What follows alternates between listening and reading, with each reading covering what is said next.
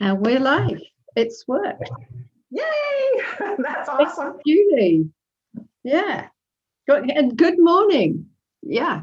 Because Thank you. we were just checking the time difference, and we're 9 hours apart. So you're just 10 in the morning, right? Yes, and so I should say good evening to you then. Well, we've got people from all over the place in the group, so it's good. Whatever it is, it's good. Yeah. Yes. Yes. Yeah. Hey, so I asked you to come along to talk about the Women Like Me books.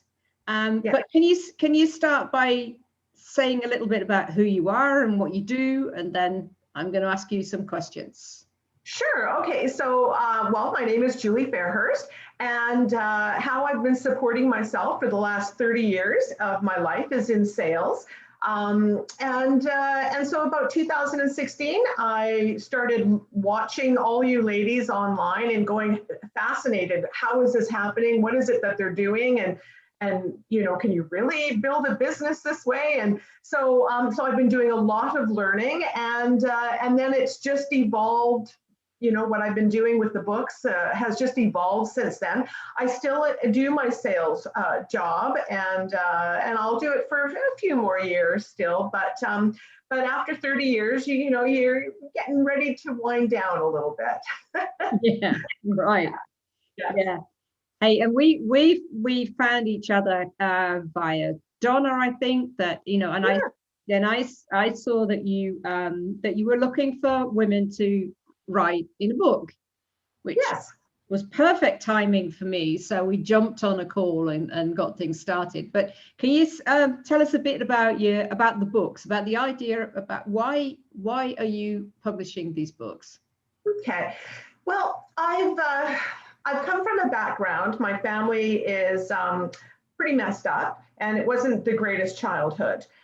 So when I'm the oldest, and then I have three younger brothers, and then I have a half sister. And really, to get right, I won't go through the whole thing, but I also have 6 stepsisters. So yes. So, but anyway, that's a story all by itself. But anyway, so when I was 10, my mom and her best friend went out to a nightclub, and my mom was drinking and driving and came home on a dark, rainy night and sideswiped a semi. And unfortunately, her best friend was pulled from the vehicle and died. Mm-hmm. And tragic, very, very sad. And my mom also, I lost my mom that night too. I really did. I mean, she was still alive and she was there physically, but she was gone. And so from the time I was 10, I don't remember ever being hugged. There was never any affection. It just really, she spiraled so downhill. And back then, I don't think that it was as common. I think if that happened today, and I don't even think it would happen today because we're in a different world now. But if it did, there's so many more resources, and I think people are more out in the open. They want growth, they want healing, they're willing to go and get help. Where back then, I think my mom was just buried in shame and guilt, just that horrible guilt. So I watched my mom all my life. My mom passed away 3 years ago, and she had a terrible life. And because she had a terrible life, we were all having terrible lives. I have brothers that are drug addicts. I have my niece 2 years ago, and that's really what just did it for me. My 24-year-old lovely niece died of a drug overdose. And so I thought, enough of this. And I started really thinking a lot about what was the problem. And I believe the problem is shame, the problem is guilt, and not healing from your past. And so the things, that was quite traumatic for my mom, but there's so many of us that have things in our past that we're ashamed of, we hide. We're not proud of ourselves for it. I mean, we've all made mistakes in the world. I've certainly made my fair share, that's for sure. But to harbor it inside of us it'll kill us. It will lead us to have a terrible life. And then it also branches out into the other generation. So I had to do an amazing amount of work to get where I am. And then I can see it in my kids. My kids are better. And my son's a better father to his daughter. And so I can see that whole healing. Then I look over at my brothers, you know, it's so sad. They're just in this bubble. They can't see out. It is a terrible environment. And so I realized that when we live in guilt, when we live in shame and blaming others for the way we are, we can't heal ourselves, and we can't pass along healthy health to our next generations. So I decided enough was enough when my niece died. I thought, this is it. This has to stop. So I started just sort of delving into different things, and one day a light bulb went on, and I thought I should write a book about women, for women, with women writers who want to share their stories of their past and things that they had to overcome, and then pass those lessons on to other people. And so that's sort of where it got started. And now I'm working on the third book. I've got some ladies already lined up, raring to go. We're hopefully our start date's May 1st. But even in the ladies that I've seen go through the process with me, I can see healing in a lot of them. So that was, I'm sorry it was long-winded, but that was. No, that's amazing. That's beautiful, and it's very inspiring as well. You know, I mean, you've been through things that a lot of people wouldn't have come out the other side, but you did, and you've turned it around, and you're doing something now to help other people, and that's beautiful. Thank you. Yeah.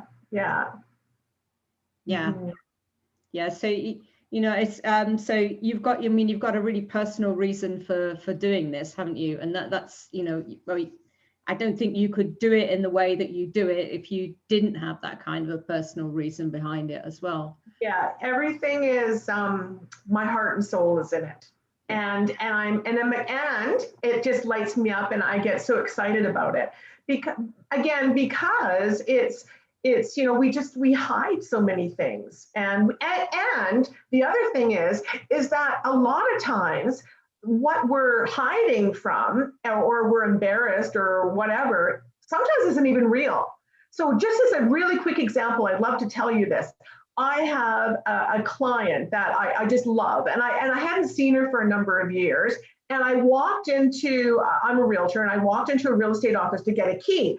And this woman was sitting in the chair, and she said, hello. And I'm like, hello. And my brain went into panic mode because I couldn't remember who she was. I'm like, who is she? I'm sure I know her. And I was sweating, you know, and I felt like bad because I'm like ignoring her, but I'm too embarrassed to say, I'm sorry, I've had a blackout. I don't even know, you know? So I left there, and the anxiety, I don't even know why it happened, but it did.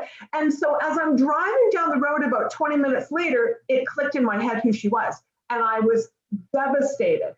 So after my appointment, I drove to her house, and I said, because I was so rude, and I apologized. But then, for years, I'm harboring this inside of me, thinking, oh, she must feel bad, you know. And so then I have 4 years later, I see her. And the first thing I say to her is, oh my gosh, I'm so sorry about. So I've been like, that's been eating away at me for 4 flipping years, right? Yeah. And I said to her, oh, I'm just so sorry about what happened that day. And she went, what? So there's the lesson. I'm sitting here for 4 years thinking about this in the middle of the night, feeling bad, letting it eat away at me. She forgot about it. So a lot of times, even the stuff that we're harboring and we're feeling inside, sometimes it's not even real. It's in our, you know, it's ourselves building up these things when it's nothing to be built up about. I should have, when I apologized, I should have just let it go, and that was that. But I didn't. And I'm serious. 4 years, waking up in the middle of the night, going, oh, I was so rude. Wow. Yeah. Hold yourself to a high standard. Well, I don't know. I just felt so bad because they're like, I've dealt a lot with them and their parents, and they're lovely, but I don't know what happened to me that day. I just blacked out. I couldn't remember who she was. Maybe it's an age thing. I don't know. Who knows? Who knows? Yeah. So for people who haven't gathered what how this works with these books, you know, I asked in the group about a week ago. I asked people, you know, have you written a book? Are you thinking of writing a book, or would you like to? You know, and lots of people reacted. It was amazing how many people are interested. You know, there are people who are you know, have already written ones or are writing. There are people who say, well, they'd love to, but they can't find the time. So some people say they don't know how.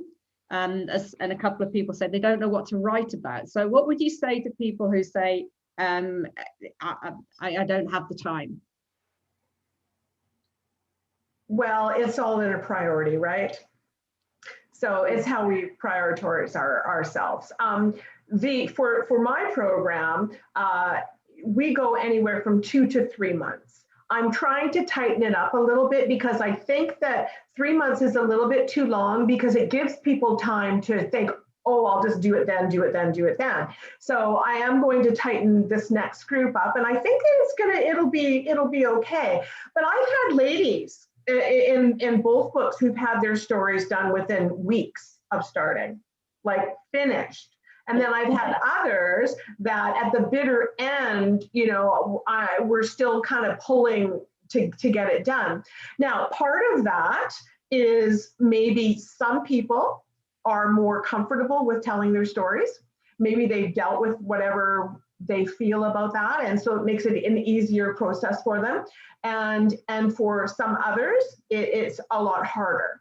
So in both books, what's happened is the first book, I had one lady who, oh my gosh, she just kept ghosting me, right? I'm like, hello, you know, do you need some help? Like, let me help you. We had our Zoom calls, and she'd send me a little bit, and then I wouldn't hear from her. And so what ended up happening with her was she really wanted to talk about a certain thing, but she couldn't verbalize it. Like, it was in her head, but it wasn't coming out. So she had to go through about a month process of starting these other stories and then going, no, that's not really what I want to write about. And then she got a hold of me and said, can we have a Zoom call? Because I think I know exactly what I want to write about. And I'm like, well, thank goodness. Okay. And then she told me, and she said she wanted to write about being ugly. And that, I was a little taken aback because, you know, yeah, but that's what she wanted to write about. And then when she finally got it, oh my gosh, it just came out of her. And so I think, you know, that's sort of the you know, it's just a matter of figuring it out and pulling. Sometimes that, oh, well, it's not like, even in the other book, I have one lady who started and then said, you know what? No, I can't do it. I don't want to do it like that. So then what she did is she wrote in the third, as she wrote a love letter to herself. Right.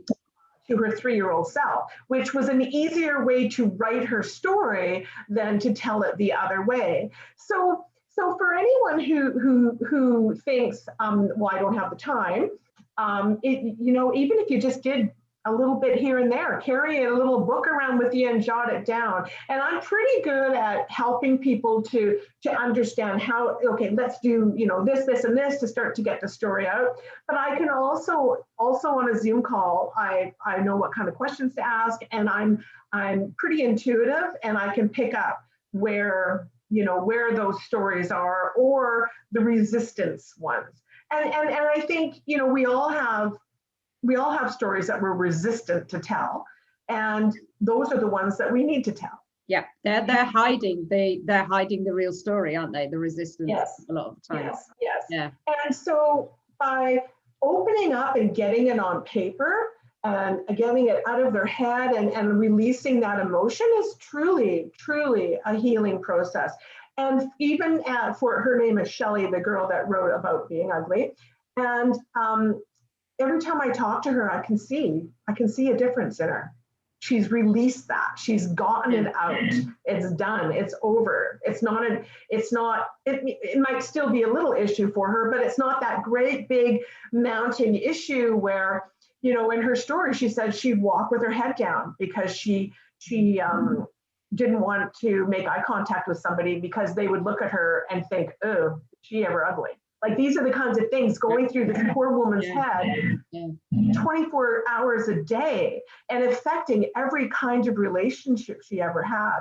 And now she's holding her head high, and she's, you know, I don't know whether she's completely overcome it, but she's certainly doing a whole lot better. That's for sure. So it's you know, sometimes it's just those little bits to get there. Yeah.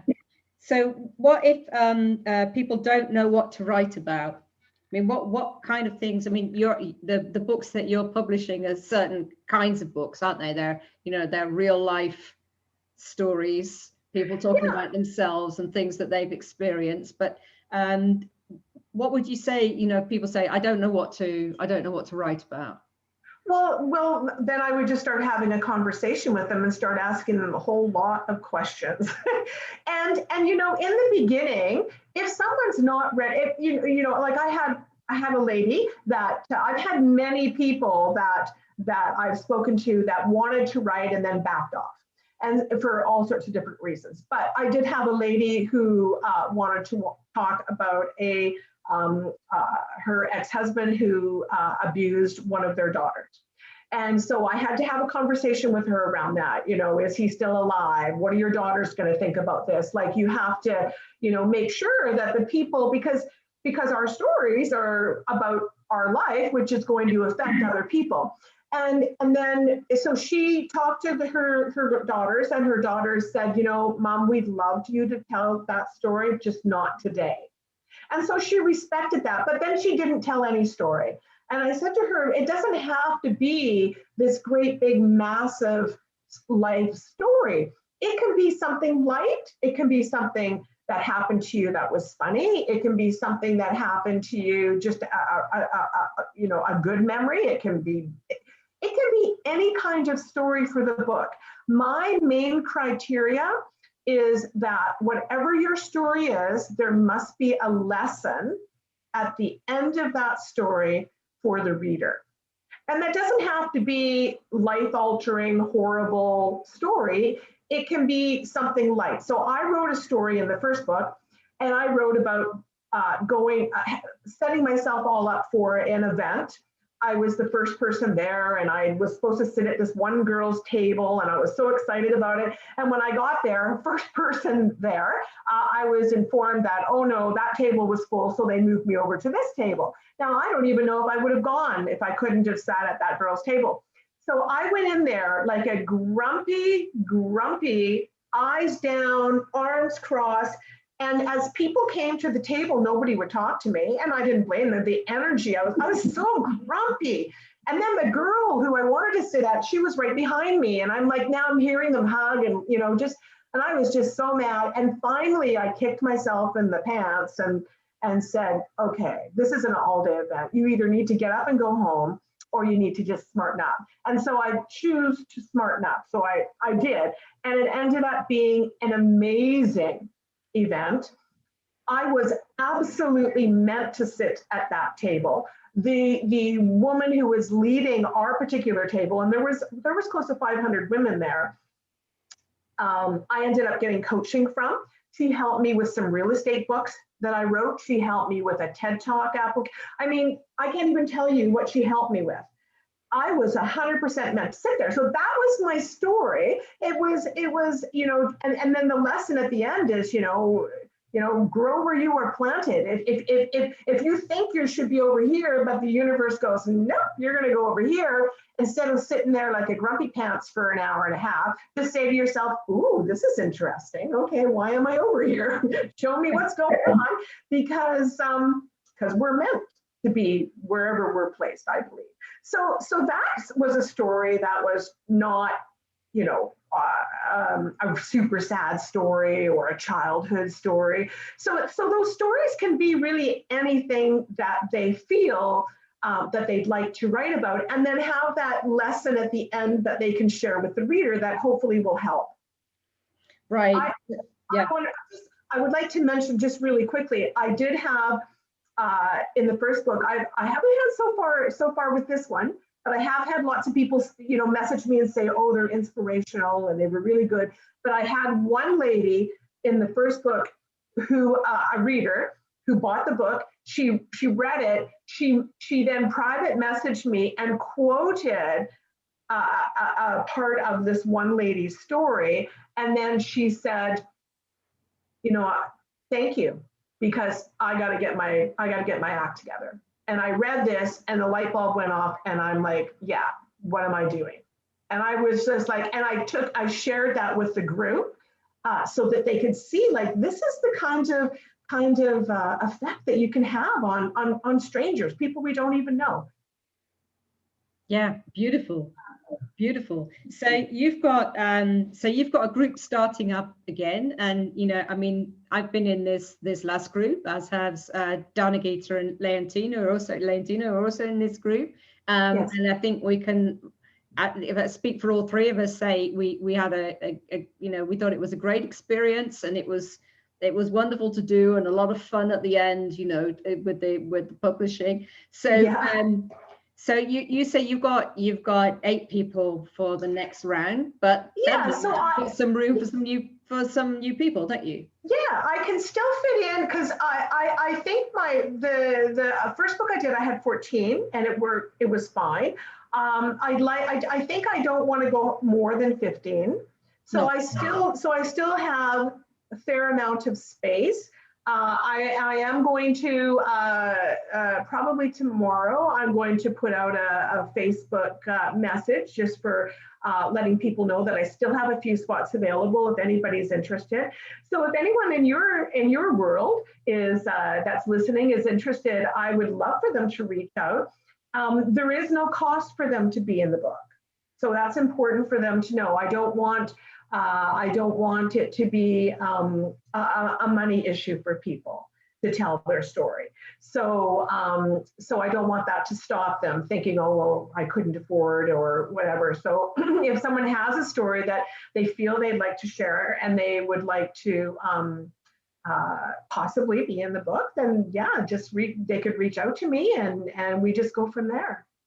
Yeah, and I mean, I think that's absolutely amazing that that you're doing this and you're not charging anything to be in the book, because there are organizations who will charge you $3,000, $4,000, $5,000, $6,000 to write a chapter in a book.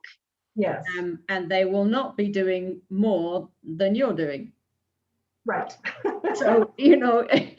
if you want to find out, I mean, either because you want to write, you want to get a story out there, or because you because maybe you want to practice, how does this work, or whatever it is your reason, and there could be quite a few of them, then I would say just jump at this chance, because you can tell Julie's a lovely person. She really cares about what she's doing, and I'd encourage you, especially if you're sitting there thinking, I don't know, just talk to her.